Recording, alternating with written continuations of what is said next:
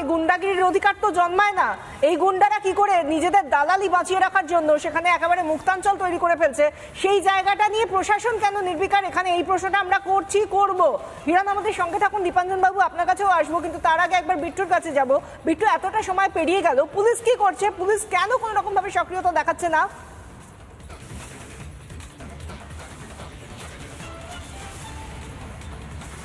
দেখো, পুলিশ যদি প্রথমে সক্রিয় থাকতো তাহলে যখন ঘটনা ঘটছে এই যাদবপুর থানা থেকে বিশ্ববিদ্যালয়ের যে দূরত্ব 100 মিটারের পথ অতিক্রম করতে তাদের 2 ঘন্টা সময় লেগে গিয়েছিল, তখনই বোঝা যাচ্ছিল যে সাংবাদিকরা যেভাবে প্রহিত হচ্ছেন, ওখানে আক্রান্ত হচ্ছেন, সেক্ষেত্রে দাঁড়িয়ে পুলিশের যে সদর্থক ভূমিকা সেটা কার্যত ছিল না, তাতে প্রমাণিত। এবং তোমাকে আরেকটা বিষয় জানিয়ে রাখি, সকাল থেকে আমরা যখন দেখছি থানার সামনে একাধিক অশ্লীল ভাষায় গ্রাফিতি এঁকে দেওয়া হয়েছে আরবান নকশালদের তরফে বা শহুরে নকশালদের তরফে, সেই গ্রাফিতি আঁকলো কি করে? যদি পুলিশের মদত না থাকে তাহলে কি পুলিশ একাংশ তারা মিলে তারা মূলত এই আরবান নকশালদের কার্যত একটা জায়গায় সেফ সাইট দিচ্ছেন, অর্থাৎ নিরাপদে রাখার চেষ্টা করছে, সেটা নিয়ে প্রশ্ন বিস্তর। কিন্তু পুলিশের এই ভূমিকা নিয়ে প্রশ্ন উঠছে আরেকটা, যে সাংবাদিকরা আক্রান্ত হলে পুলিশের তরফে কেন কোনো ভূমিকা দেখা যায় না? গতকালকে যে ঘটনা ঘটেছে, 24 ঘন্টা অতিক্রান্ত হয়ে গেল, এখনো পর্যন্ত যাদবপুরের যারা তথাকথিত ছাত্র বা ছাত্রী তাদের যে পরিচয়, সেই পরিচয় এখনো পর্যন্ত পুলিশ জানতে চাইল না কেন, সেটা নিয়েও কিন্তু প্রশ্ন বিস্তর। অর্থাৎ পুলিশের সক্রিয়তা আদৌ তাদের ছিল কিনা বা সদিচ্ছা ছিল কিনা, সেটা নিয়ে বিভিন্ন মহলে বিভিন্ন রকম আলোচনা ইতিমধ্যে শুরু হয়ে গিয়েছে। বিশাখা, বিট্টুর সঙ্গে থাকো। এই মুহূর্তে আমি প্রাক্তন ইন্টেলিজেন্স কর্তা দীপাঞ্জন চক্রবর্তীর কাছে আসবো। দীপাঞ্জন বাবু, আমরা যে ছবিটা দেখছি নতুন করে বলার কিছু নেই, কিন্তু এই ছবিটা তো কাম্য নয় এবং এই ছবিটা সহনীয় নয়। এটা যদি সহ্য করতে হয় তাহলে গণতন্ত্রে আছি এটা বলতে লজ্জা পেতে হবে। এই জায়গা থেকে কিভাবে এই সুরাহা মেলা সম্ভব? একজন এক্স ইন্টেলিজেন্স কর্তা হিসেবে আপনি বলুন। ব্যাপারটা, আমি ইন্টেলিজেন্স কর্তা ছাড়াও এটা তো নিশ্চয়ই জানো যে আমি ওই দিল্লি জওয়াহরলাল নেহরু বিশ্ববিদ্যালয়ের উপাচার্যের পরামর্শদাতা ছিলাম প্রায় 5 বছর। আমি আমার জেএনইউর অভিজ্ঞতা দিয়ে বলি, কিন্তু আমরা সবসময় যে জিনিসটা বিশ্বাস করি, প্রখ্যাত মনীষী এডমন্ড বার্গের কথা, যে অশুভ শক্তির উত্থানের জন্য সব থেকে গুরুত্বপূর্ণ হচ্ছে শুভবুদ্ধি সম্পন্ন মানুষের নীরবতা। শুভবুদ্ধি সম্পন্ন মানুষ যখন চুপ করে থাকে, এই মুষ্টিমেয় অশুভ শক্তি তারা উঠে আসে। তো আমি জেএনইউতেও দেখেছি, আমি যাদবপুরেও দেখছি, সমস্ত স্টুডেন্ট যদি সংখ্যা হয় 4000 5000, খুব বেশি হলে 50 জন ছেলে মেয়েরা এই জিনিসগুলো করে। এবং এই 50 জন ছেলে মেয়ে আমি জেএনইউতেও দেখেছি, আবার এখানেও দেখছি, এরা নির্দিষ্ট রাজনীতিতে বিশ্বাস করে। যে রাজনীতি 60-এর দশকের শেষে 70-এর দশকে বাংলায় আমরা দেখেছি, নিরীহ পুলিশ কনস্টেবল, নিরীহ স্কুলের টিচার, ব্যাংক কর্মী থেকে উপাচার্য সবাইকে এরা শ্রেণী শত্রু ভেবে গলা কাটতে থাকতো। এটাই তাদের বিপ্লব।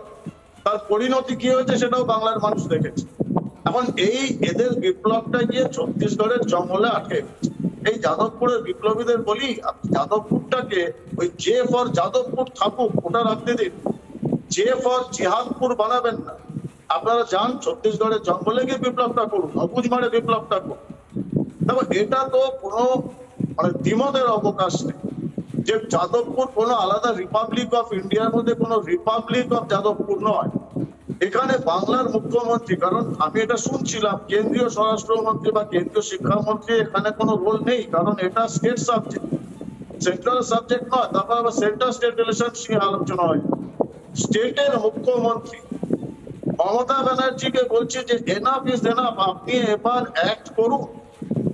2 দিন লাগবে আপনাকে যাদবপুর শান্ত করতে, কারণ খুব বেশি হলে 1%, 1% ছেলে মেয়ে এই গুন্ডামিগুলো করছে। তারা 60-এর দশকে 70-এর দশকে সাধারণ মানুষের সঙ্গে বিপ্লব করেছে তাদের গলা কেটে, আর আজকে তাদের বংশধর রিপাবলিকের সাংবাদিকদের উপর আক্রমণ চালাচ্ছে। আক্রমণের মোডাস অপারেন্ডি সেম। এখন যেরকম ভাবে যাদবপুর পশ্চিমবঙ্গে কলকাতার মধ্যে বসে একটা রিসেন্টলি লিস্ট অফ এভিডেন্স থেকে নাম কাটা গেছে, কারণ তো যাদবপুর তো ভারতবর্ষের অন্যতম শ্রেষ্ঠ বিশ্ববিদ্যালয়। সেখানকার ছাত্রছাত্রীদের এগিয়ে আসতে হবে। 90% ছাত্রছাত্রী যারা এই সমস্ত নোংরাম গুন্ডামোর মধ্যে থাকে না, তাদের এগিয়ে আসতে হবে। আমি দেখছিলাম একজন সাদা চুল বলে একজন বয়স্ক সিকিউরিটি ইউনিফর্মে ছিলেন, তিনি যে বীরত্ব দেখিয়ে সন্দুকানকে গলা ধাক্কা দিয়ে বার করছেন, সেই ভদ্রলোককে আইডেন্টিফাই করে তার উপর কেস রেজিস্টার কেন হবে?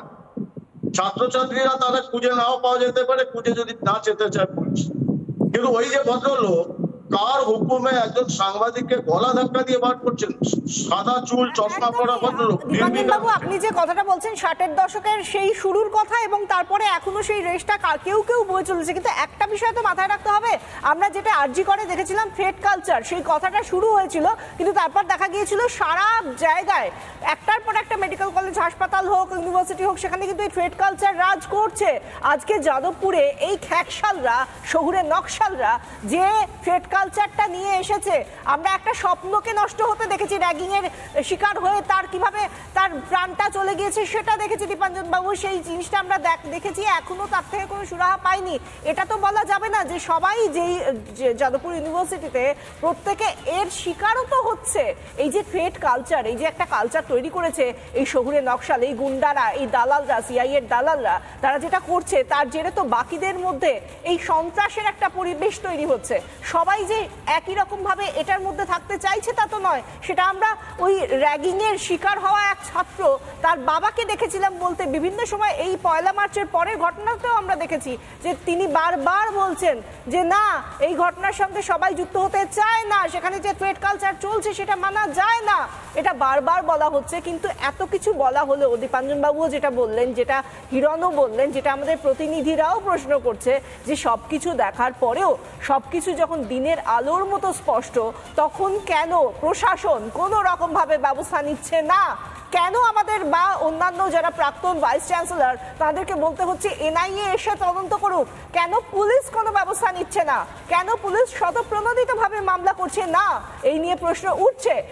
অনেক ধন্যবাদ আপনাদের প্রত্যেককে আমাদের এই আলোচনায় আসার জন্য। আমরা কথা বলছিলাম এবং সেই জায়গা থেকে কেন, কিভাবে এবং এর কিভাবে সুরাহা পাওয়া যায় তার একটা নির্দিষ্ট রূপরেখা দেওয়ার চেষ্টা করছিলেন আমাদের যারা গেস্টরা ছিলেন তারা। এবং এই জায়গা থেকে শুধুমাত্র ক্যাম্পাসের ভেতরে যারা থাকছে তারাই যে এই দুর্বৃত্তায়ন করে যাচ্ছে এবং তাদের শিকার হচ্ছে তা তো নয়। এই আশপাশের সাধারণ মানুষ যারা যাদবপুর ইউনিভার্সিটির সামনে দিয়ে রাস্তাঘাটের বাসযাত্রী, যারা অটোযাত্রী, যারা এই রাস্তা দিয়ে চলাফেরা করে, তাদের তো বিভিন্ন সময় একই রকম ভাবে অসুবিধা হচ্ছে। তারা কি বলছেন, এই দালালরা যে তাদের কতটা প্রাণ ওষ্ঠাগত, শুনুন। যাদবপুরে এই ধরনের এই যখন মিছিল মিটিং হয়, আপনারা তো ডেফিনেটলি বাসে যেতে গিয়ে বাধাপ্রাপ্ত হন, যেতে পারেন না সময় মতো, কি বলবেন, কি অসুবিধাটা কি হয় আপনাদের? বাড়ি যেতে দেরি হয়, কি করবো? এটা কি রোজকার ঘটনা হয়ে দাঁড়িয়েছে? হ্যাঁ প্রায়। হ্যাঁ মাঝে মধ্যে এই চত্বরে হ্যাঁ সমস্যা হয় তো, সমস্যা হয় বাসের জন্য। তাহলে দেশদ্রোহীদের আঁতুড়ঘর যাদবপুর ক্যাম্পাসে বসে দেশ ভাঙার ষড়যন্ত্র করছে শহুরে নকশালরা। মিনমিন করে নয়, চোখে চোখ রেখে প্রশ্ন করে রিপাবলিক, প্রশ্ন করায় গায়ে জ্বালা এই দেশদ্রোহীদের।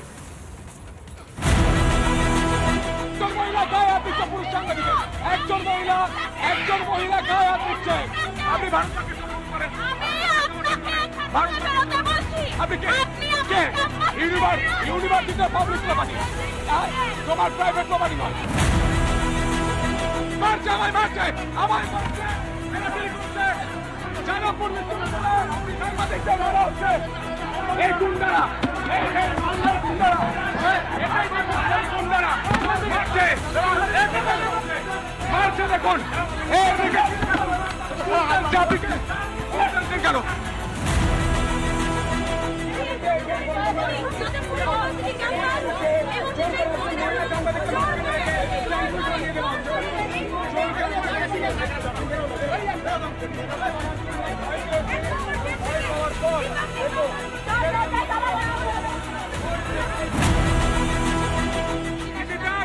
বাংলার মানুষ দেখুন, দেশদ্রোহীদের বিরুদ্ধে যারা দেশবিরোধী কথা বলে তাদের বিরুদ্ধে যুব শক্তির হাত দেখুন। আপনারা ভয়